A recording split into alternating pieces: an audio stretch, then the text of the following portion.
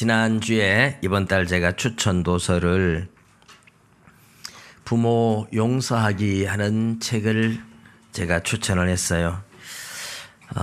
어쨌든 부모를 용서하지 못한 사람이 있으면 꼭 읽어보셔야 할 책입니다.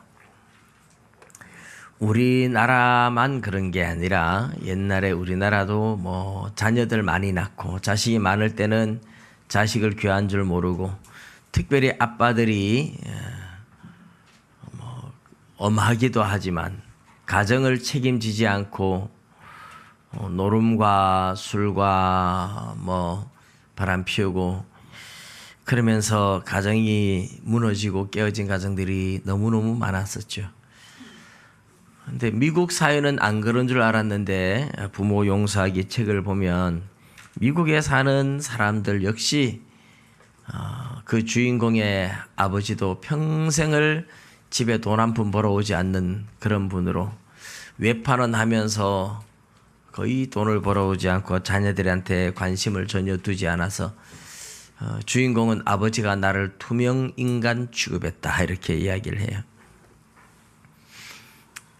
그리고 아버지의 꿈은 요트를 타고 전 세계를 여행하는 것이 꿈인데 마지막에 자식들 다 가출해서 떠나고 어머니와 이혼하고 요트 한 대 사가지고 요트 몰고 바다에 나가다가 다른 배하고 박치기 한번 넣고 또 한 번 요트 몰고 나가다가 엔진이 고장나서 이 해안 경비정들이 끌고 들어오고 그런 요트 광인데 한번 몰고 바다에 나가지도 못하고 그리고 요트 안에서 집도 없이 요트 안에서 살면서 참 보면 그래요. 거의 노숙자 생활 비슷하게 그렇게 살면서도 자녀들이 와도 반가워할 줄도 모르고 내면으로는 또 안 그렇겠지만 그런 모습들, 이런 아버지를 용서해야 되느냐 이런 갈등과 고민에서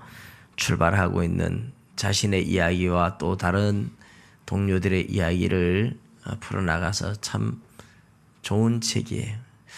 실제로 이제 어버이 주일인데 여기에 계신 많은 우리 등불 전도회 회원들도 그렇고 부모님이 이미 다 돌아가시고 안 계신데 부모 공경하라 이런 말은 별로 의미가 없어질 수 있죠. 하나님 공경하라 이건 괜찮은데 그죠? 그래서 부모와 자식의 관계에 대한 이야기 우리 이런 말씀을 함께 나누는 게 좋은 것 같아요.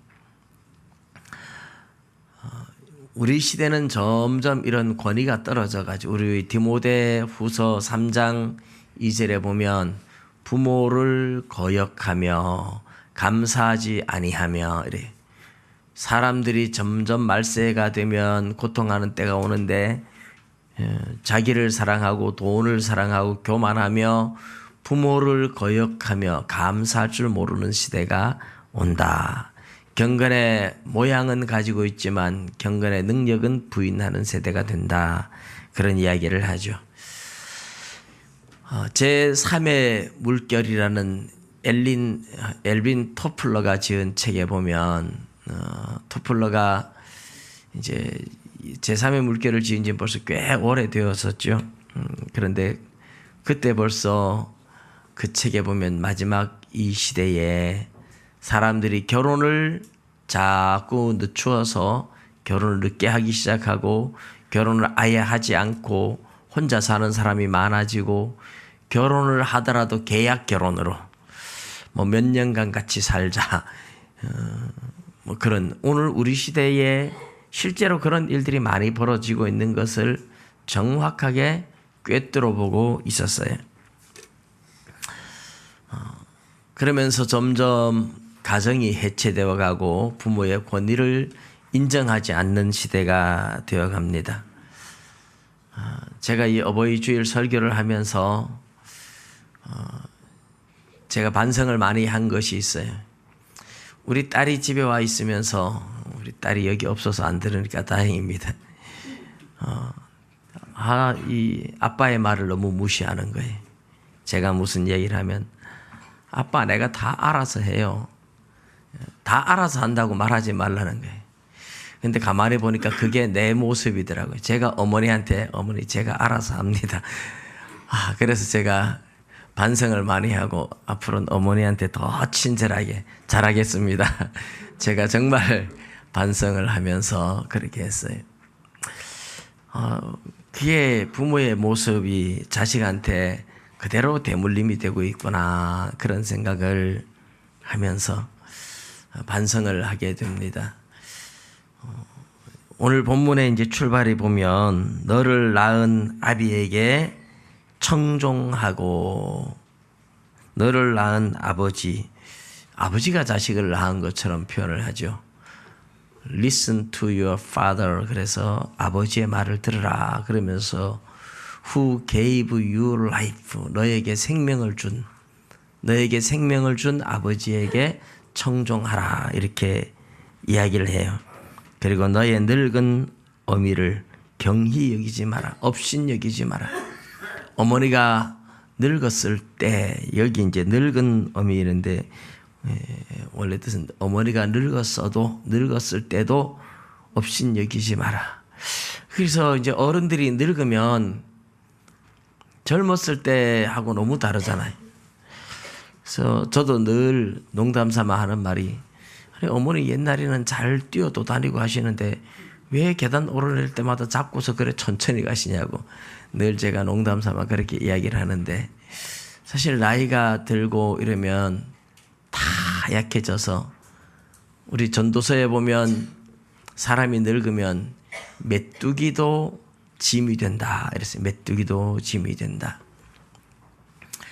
이러면 산에 이렇게 들에 나가보면 넝쿨성 덩굴 가운데에 하얀 꽃을 피는 이 넝쿨들이 있는데 이름이 할미질빵, 사위질빵 이런 게 있어요. 장모가 사위는 너무 아껴서 짐을 지우는데 이 가느다란 넝쿨 가지고 짐을 지어서 많이 지으면 툭 떨어지겠죠. 그래서 사위들이 짐지는 질빵이다. 그 다음에 할머니들이 지는 질빵이다. 이런 이름을 가진 꽃이 있어요. 할미질빵, 사위질빵. 그러니까 너무너무 사실 거기에 가방 하나 얹어도 툭 떨어질 만큼 약한 넝쿨이죠. 나이가 들면 무거운 걸 감당하지 못한다. 내 몸도 하나 주체하지 못하는데, 그죠?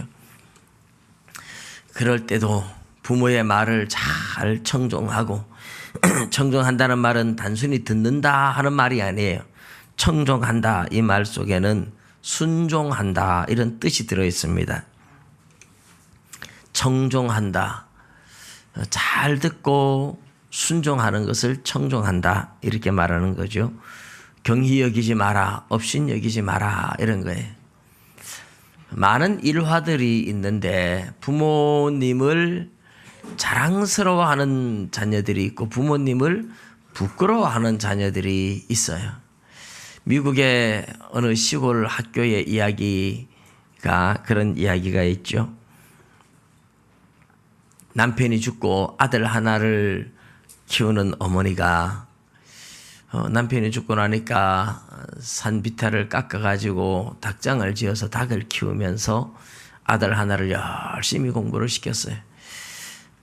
닭장에 닭을 키우는 일은 낮에 하고 밤에는 이제 옛날에 싹 바느질 같은 거 이렇게 바느질을 해서 돈을 벌고 이러면서 아들을 열심히 키웠는데, 이 아들도 어머니의 그런 헌신적인 희생과 사랑을 받으면서 어머니께 내가 보답을 해야 되겠다. 이래서 열심히 공부를 했어요. 그래서 고등학교 졸업하는데 수천 명이 되는데 거기서 1등으로 졸업을 했어요. 졸업식 날 어머니 오셔야 됩니다. 대통령상을 받는 금메달, 대통령상으로 금메달까지 받는 이제 그런 졸업식이 됐어요. 근데 어머니가 아들 졸업식에 가려니까 옷도 하나 변변한 옷이 없는 거예요. 늘 일하면서 하나밖에 없는 옷을 입고 일을 하다 보니 막 떨어지고 너덕너덕하고 이런 모습으로 1등하는 아들 체면 다 구기겠다 싶어서 핑계를 댔습니다. 아들아, 내가 몸이 좀 안 좋고 또 그날 일이 좀 바빠서 못 가겠다. 그러니까 아들이 막 울면서 매달립니다. 어머니가 없는 졸업식은 나에게 무슨 의미가 있습니까? 안 됩니다. 하도 쫄라서 제 졸업식에 갔어요. 졸업식에 갔는데 이제 사람들이 알아볼까봐 부끄러워서 우리처럼 이렇게 기둥이 있는데 기둥 뒤에 싹 앉아서 숨어서 어머니가 졸업식을 참석을 했습니다. 근데 이 아들이 이제 졸업생 대표로 이제 연설문을 읽고 교장 선생님이 대통령상을 대신 이제 수여하는 시간에 금메달을 받자마자 이 아들이 단상에서 뛰어내려가서 저 기둥 뒤에 있는 어머니한테 금메달을 걸어주면서 어머니의 은혜입니다. 어머니가 아니면 내가 오늘 이 자리에 절대 있을 수 없었습니다. 사람들이 그런 어머니를 부끄러워할 만한데 이 아들은 전혀 부끄러워하지 않고 우리 어머니 여기 있다고 자랑스러워하면서 금메달을 걸어주었다고 하죠. 바로 그 아들이 미국의 제28대 대통령인 윌슨 대통령의 일화입니다. 그 윌슨 대통령이 되고 나서 1914년 국회를 통과시킨 제도가 하나 있죠. 5월 둘째 주 어머니 주일로 만든 것이 바로 28대 윌슨 대통령에 의해서, 그래서 우리나라에도 처음에는 어머니 주일이었어요. 어머니 주일이었는데 그 윌슨 대통령이 아버지는 일찍 돌아가시고 어머니 손에 커서 어머니 주일을 만들었는데 아버지 주일은 그럼 없느냐 이래서 우리나라에서는 어머니 주일에서 어버이 주일로 이렇게 바뀌게 된 겁니다. 이렇게 자기 어머니의 모습이 어떠하든지 간에 자랑스러워하는 사람들은 다 위대하게 됐어요. 성경에서 말하는 원리죠. 부모를 공경하는 자식들은 잘 됩니다. 반대로 부모를 부끄러워하는 자식들은 우리 어머니가 우리 아버지가 이렇고 그래서 부끄러워하는 자식들은 절대로 그 자식이 또 복을 못 받아요. 링컨 대통령의 일화도 유명하죠. 대통령이 되었습니다. 자기 아버지가 뭐예요? 구두 수선공이었잖아요. 근데 자기는 열심히 공부해서 신앙도 좋고 변호사를 거쳐서 대통령에 당선됐어요. 여러 차례 떨어진 경험들도 있지만. 그런데 대통령이 되어서 첫 국회 연설을 하는데 국회의원 가운데 한 사람이 일어나서 링컨 대통령을 조롱했습니다. 미국이라는 사회는 그런 거 보면 참 자유로운 사회 같아요. 그런데 아버지가 구두 수선공인 이 천한 출신이 대통령 됐다고 조롱을 한 겁니다. 지금 미국에도 이런 빈부귀천에 대한 차이를 많이 옛날에는 지적한 사람들이 많고 지금도 아주 귀족들은 또 백인들은 흑인을 무시하고 뭐 이런 것들이 많다 그래요. 대부분 사회는 그렇지 않지만 그런 부류들이 있죠. 그 국회의원이 일어나서 링컨 대통령에게 조롱을 하는 것이 당신같이 천한 구두 수선공의 아들이 우리의 대통령이 된 것이 너무 부끄럽다. 그러면서 자기 구두를 벗어서 들고 이 구두도 당신 아버지가 만든 구두다. 이러면서 조롱을 했어요. 링컨 대통령은 조금도 얼굴빛이 변하지 않고 화도 내지 않고 그런 걸 잘 받아서 넘기는 유머가 탁월한 분이었죠. 그 링컨 대통령이 한 말이 이렇다고 합니다. 의원님 감사합니다. 내가 그동안 아버지를 잊고 있었는데 우리 아버지가 구두 수선공이었다는 것을 다시 기억나게 해주셔서 감사합니다. 내가 그 아버지를 자랑스러워하고 감사하게 생각하는데 요즘 내가 너무 바쁘다 보니 잊어버렸었다고. 그러면서 나도 어깨 너머로 우리 아버지 구두 만드는 거 봤는데 혹시 그 구두 떨어지거든 가져오시면 제가 수선해 드리겠습니다. 그렇게 이야기를 했다고 하죠. 자기 아버지의 직업이 어떠하든지 부끄러워하지 않는 자랑스러워할 수 있는 아들, 부모를 업신여기지 않고 부모의 말을 잘 들을 수 있는 이런 자녀들, 성경에서 너를 낳은 아비에게 청종하고 내 늙은 어미를 경히 여기지 말지니라 했는데 그렇게 부모를 청종하고 부모를 공경하는 자식들은 다 잘 돼요. 그게 성경의 약속이죠. 부모를 공경하라. 이것이 약속 있는 첫 계명이니 그랬어요. 땅에서 잘 되고 장수하리라 그랬어요. 이번 달에 추천한 부모 공경하기, 부모 용서하기 그 책도 그렇죠. 부모를 용서해야 내가 진짜 자유를 누리고 부모를 용서해야 나도 저주에서 벗어나는데 내가 부모를 용서하지 못하면서 나도 같이 저주 아래 갇혀서 계속 평생을 가는 거예요. 그럼에도 불구하고 부모의 과거에 많은 상처를 받았기 때문에 부모를 용서하지 못하는 자녀들이 의외로 목회자들 속에서도 저는 종종 많이 봅니다. 저도 사실 어린 시절에 상처를 받았다면 많이 받았지만 그러나 이제는 과거를 제가 당당하게 이야기할 수 있고 아버지의 삶을 이야기할 수 있고 하는 것은 제가 다 용서했기 때문에 가능한 겁니다. 오히려 그런 이야기들, 그런 지난 날의 이야기를 자랑스럽게 여기기도 하고 이야기할 수 있어야 되는데 사람이 그런 거에 대한 열등감을 느끼면 절대로 얘기를 안 해요. 제가 당당하게 대한민국 방위 출신인데 방위를 받았다 이것이 부끄러우면 이제 열등감을 느끼고 방위 받았다 이런 얘기 제가 안 하잖아요. 저는 그런 것에 대한 열등감을 느끼지 않기 때문에 방위 받았다 이 얘기를 자랑스럽게 하는 거예요. 근데 제가 성도들한테 느끼는 게 뭐냐 하면 그에 대한 이야기, 과거에 했던 이야기 이런 거 조금만 하면 상처를 탁 받아요. 내 이야기 한다고 상처를 받아요. 그는 내 과거에 대한 용서가 이루어지지 않은, 내 부모에 대한 용서가 이루어지지 않고 나의 열등감이 해소되지 않았다는 증거입니다. 여러분, 예수 안에서는 다 용서하고 열등감에서 벗어나셔야 돼요. 그래서 나의 과거에 대해서 부끄러움이 없이 당당하게 오픈할 수 있고 내 부모에 대해서 오픈할 수 있고 자신 있게 오픈할 수 있어야 돼요. 뭐가 부끄럽습니까? 이제 내가 예수 믿고 예수 믿어서 하나님의 자녀가 되었는데 뭐가 부끄럽습니까? 부끄러울 게 없어요. 예. 그래서 과거에 내가 얼마나 부끄러운 인생이었고 얼마나 보잘것없는 인생이었고 얼마나 쭈그러진 인생이었는지 얼마나 비천한 인생이었든지 지금은 내가 하나님의 자녀가 되었기 때문에 당당하게 나를 오픈할 수 있는 이게 진짜 자유를 누리는 하나님의 자녀들이거든요. 근데 예수 믿는 사람들이 왜 그렇게 비밀이 많은지 이런 비밀이 많다 보니까 조금만 누가 건드리고 이야기가 나오면 내 이야기 했다고 상처받고 비밀을 털어놨다고 상처받고 이런 경우들을 참 많이 봅니다. 여러분 이것은 내가 그리스도 안에서 아직까지 진정한 자유를 누리지 못하고 있다는 뜻입니다.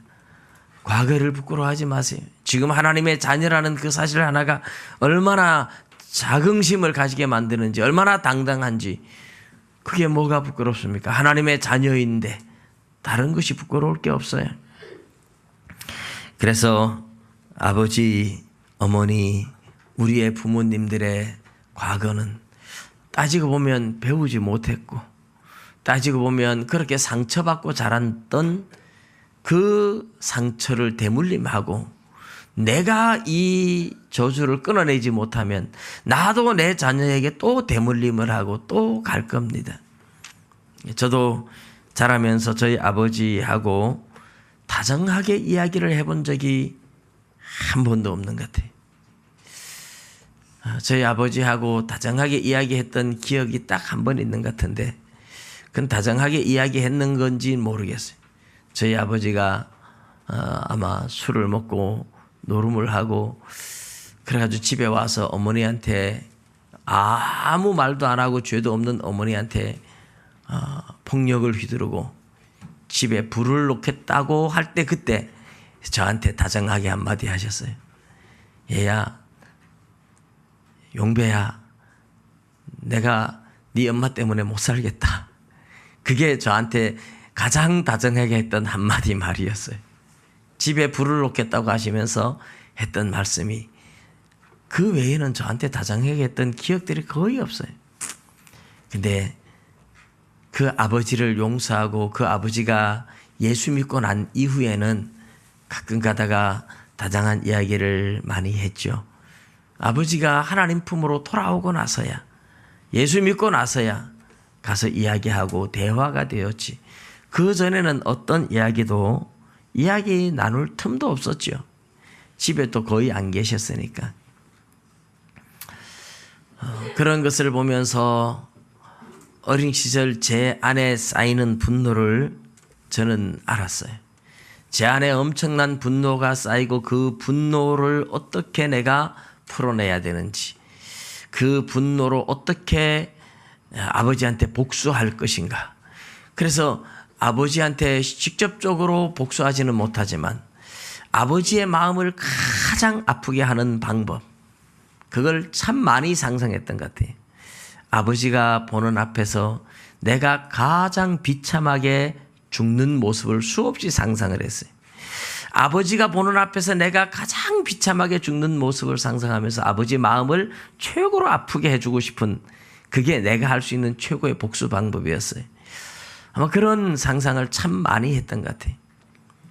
거기에는 뭐 자살에 대한 수많은 상상도 있었겠고, 뭐 여러 가지 진짜 상상을 했던 것 같아요.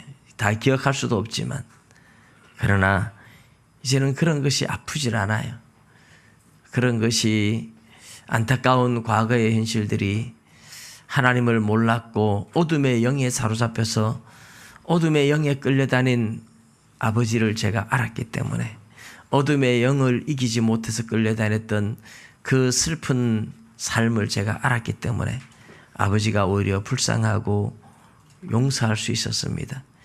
하나님 앞에 돌아와서 마지막 죽는 순간까지도 그 어둠의 영은 집요하게 우리 아버지를 공격했고, 거기에서 벗어나지 못해서 힘들게 싸우면서 마지막 죽음의 순간에 육남매인데 거의 다 와서 임종을 볼 수가 없었어요. 가까이 계신 형님도 못 봤고, 제가 손을 잡고 찬송을 불러드리는 가운데에 숨을 거두셨었죠. 여러분, 부모님을 사랑하고 공경하고 부모님 말씀을 청종하고 잘 섬긴 사람들은 부모님이 돌아가시고 난 후에도 후회가 없죠. 내가 부모님을 잘 섬겼기 때문에 돌아가신 후에 후회가 남질 않아요. 그런데 부모님을 잘 섬기지 못하고 난 후에 부모님이 돌아가시고 나면 속으로는 후회가 많이 남고, 근데 다른 사람들 앞에서는 내가 이런 불효자라고 보이고 싶지 않아서 굉장히 효자인 척 하는 거죠. 그게 뭡니까? 돌아가시고 난 후에는 막 무덤을 엄청나게 크게 하고 비석을 막 어마어마한 돈을 들여서 비석을 하고 제사상을 막 상다리가 휘어져라 차려가지고, 그래서 누가 제사 못 지낸다 그러면 막 불효자식이라고 막 형제끼리 막 싸움이 일어나려 그래. 살아있을 때 잘해야 되지. 돌아가신 후에 그렇게 거창하게 차리는 걸 부모가 좋아할까? 그리고 자기 혼자 효자인 척하는 그런 사람들이 세상에 참 많죠. 왜 그렇습니까? 살아계실 때 제대로 못해서 남은 후회들 때문에 그렇게 하는 겁니다.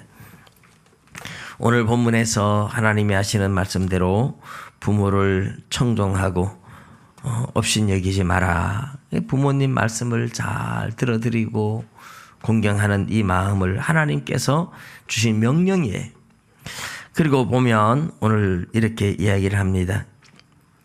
진리를 사대 팔지는 말며 지혜와 훈계와 명철도 그리해라.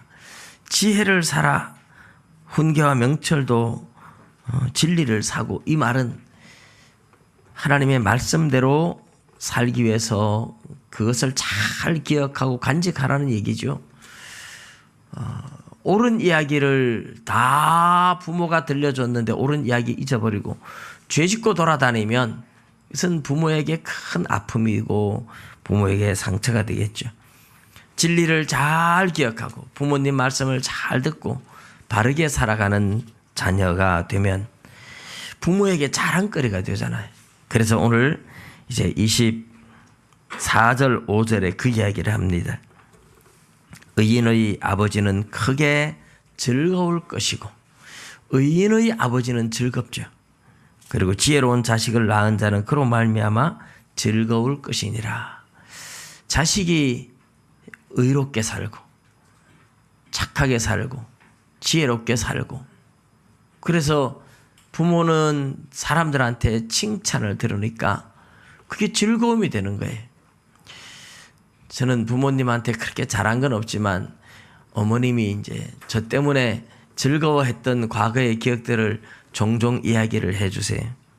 강원도에서 경상도로 어릴 때 이사 와서 참 가난한 집안에 뭐 어렵게 살지만 제가 이렇게 어릴 때 동네 사람들한테 인사를 잘했던가 봐요.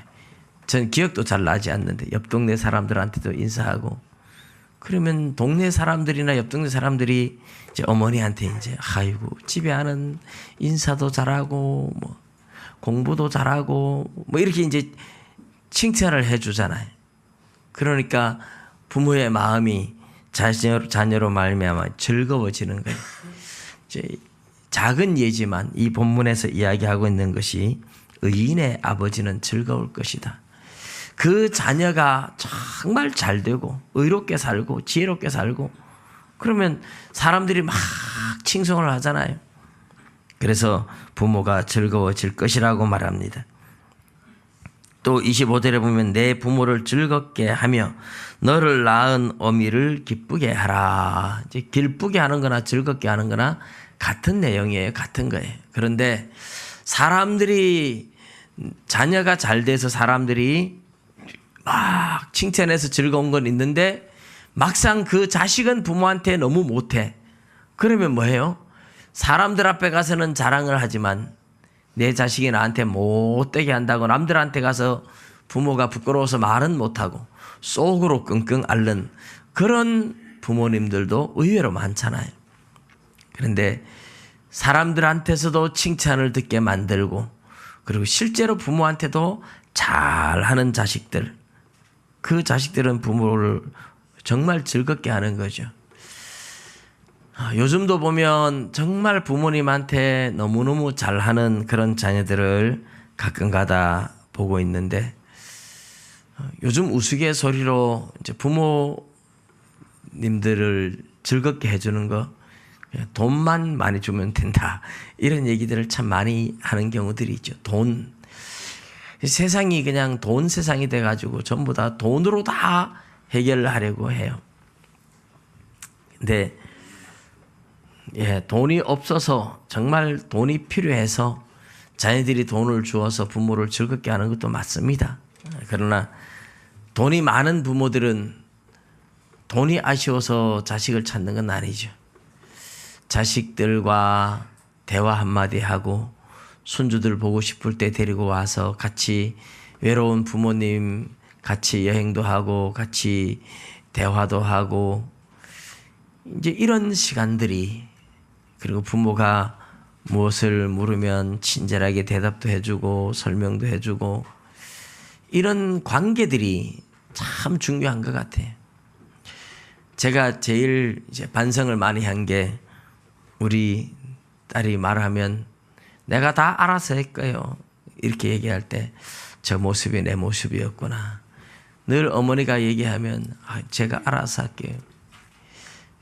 제가 감기를 이래 하면 저 관문시장에 가면 그 좋은 약방이 있는데 이러면 제가 어머니 약은 제가 알아서 먹습니다 이러면서 제가 알아서 할게요. 늘 그렇게 얘기했던 제 모습이 우리 애들이 나한테 똑같이 하는 걸 보면서 그 모습이 내 모습이구나. 그래요. 요즘은 시대가 참 많이 바뀌었죠. 자녀들이 부모보다 똑똑한 게 분명해요.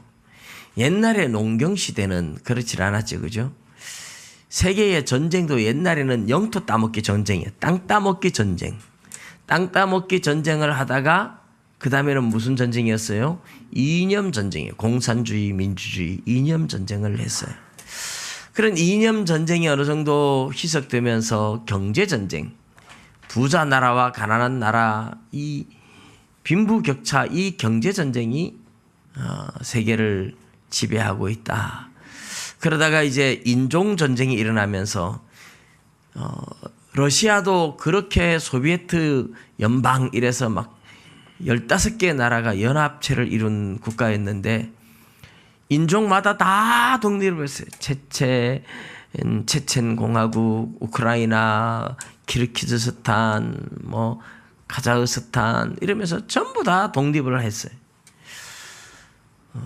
중국에는 수많은 인종이 있지만 독립을 못 하고 있는 것 같아요. 50개 인종이 대략 50개 인종이 돼 있으면서 중국만큼은 공산주의 체제를 가장 잘 성공적으로 정착시킨 나라라서 그런가 독립을 못했지만, 그런데 오늘날은요, 지금 우리가 살고 있는 이 시대, 땅 따먹기 전쟁이나 이념 전쟁이나 경제 전쟁이냐 인종 전쟁 이런 것보다도 마귀가 인류의 도덕성을 파괴하는데 집중하고 있는 것 같아요. 여러분, 오늘 우리가 싸우는 전쟁은요, 영적 전쟁이에요. 동성연애 같은 것을 통해서 그냥 초등학교부터 막 이런 걸 가르치는 거예요. 그래가지고 인간의 도덕성을 다 파괴시키는 거예요. 도덕성을 파괴시키는 것이 마귀가 인류를 무너뜨리는 마지막 수단이라고 봐요. 그래서 말세에 고통하는 때가 이르는데, 그때는 사람들이 돈을 사랑하고 자기를 사랑하고 조급하고 분노를 풀지 않고 배반하고 배약하고 부모를 거역하고 뭐 이런 이야기들이요, 전부 다 우리 인간 관계가 다 무너지고 도덕성이 파괴되는 그런 시대를 불러오고 있다. 여러분, 이런 도덕성이 사실은 어디서부터 출발하냐면 가정이에요. 가정. 부모가 자녀를 노엽게 하지 말아야 돼요. 지난주가 어린이 주일이었는데 진리의 절대적 가치를 제가 가르쳐야 된다는 말씀에 집중했지만, 부모는 자녀를 노엽게 하지 말아야 돼. 자녀의 이야기를 들으며 자녀의 이야기에 공감해 줘야 됩니다. 자녀는 부모를 즐겁게 해드려야 돼요. 이런 부모와 자녀의 관계가 제대로 형성되면, 이 관계가 형성되면 이런 자녀들이 세상을 나가면 세상을 아름답게 만들고 건강하게 만들어요. 그런데 이 가정에서부터 자녀에게 분노를 심어주는, 그리고 부모를 무시하고 멸시하는 이런 관계가 형성된 가족들은 세상에 나가도 똑같이 그런 세상을 만들어 갑니다. 세상의 도덕성이 다 무너지는 거예요. 하나님 앞에서 나는 과연 부모를 얼마나 공경하고 있는가? 나는 과연 부모를 얼마나 즐겁게 해드리고 있는가? 나는 과연 자녀를 얼마나 사랑하고 있는가? 자녀의 말 한마디에 얼마나 공감해주고 있는가? 대부분 부모가 자녀를 내 욕심으로 내가 만들어 가려고 해요. 너는 뭐가 돼야 돼? 그 자녀의 적성과 생각과 상관없이 부모는 그냥 내 욕심을, 자녀를 통해서 욕심을 이루려고 하니까 자녀는 자녀의 인생이 있는 거예요. 자녀의 인생을 포기하고 부모의 욕심의 도구가 되기를 원하는 자녀가 없는 거죠. 그래서 자녀들이 분노하는 겁니다. 자녀는 자녀의 인생이 있어요. 자녀의 인생을 잘 살아가도록 부모는 서포트 해주는 역할이지, 부모의 욕심을, 자녀를 통해서 부모의 욕심을 이루는 게 아니에요. 부모 욕심의 도구가 아니라 이 말입니다. 그럼 부모의 욕심을 강요할 때마다 자녀들은 분노하고 울고 그러면서 분노가 쌓여가는 경우들이 많습니다. 그래서 자녀를 노엽게 하지 않고 자녀의 인생을 서포트해주는 부모들이 되고, 또 자녀들은 부모를 즐겁게 해드리는, 그래서 여러분, 우리 예수 믿는 사람들은 세상 주변 사람들한테 예수 믿는 사람들의 가정이 역시 다르다. 예수 믿는 사람들 정말 가정이 다르다. 정말 서로 사랑하고 화목한 가정이다. 이런 모범을 보일 수 있기를 주님의 이름으로 축복합니다. 기도드리겠습니다.